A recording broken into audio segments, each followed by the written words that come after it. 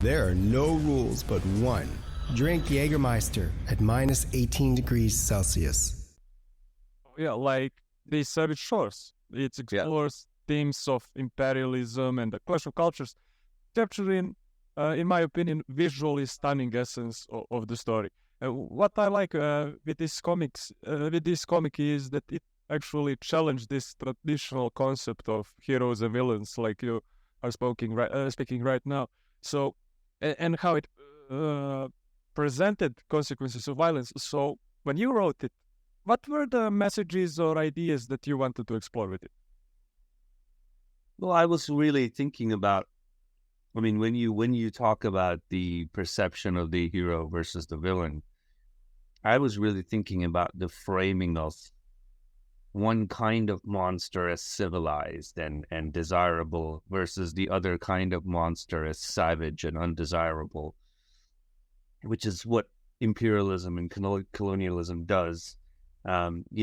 It's people with guns and weapons coming into lands and then terming, oh, look at those guys, they're so uncivilized. Look at us, we only came here with weapons to civilize them. But in the end, they're both monsters. And in the end, they're both men. They're both humans. And so I thought there was a narrative to be told there.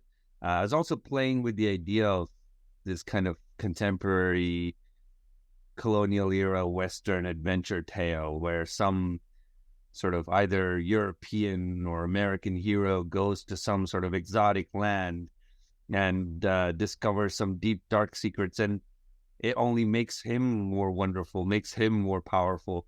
But you never see that narrative told from the perspective of the people of the land where he goes and the presumptions that he makes about them.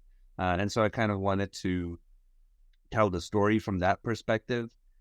And then a little bit more complex as the story goes on is the question of vampirism and blood drinking monsters. Like, if you think about a society, what colonialism does is to my mind really very similar to what vampires do, in that they drain a society of its lifeblood, of its life, of its identity.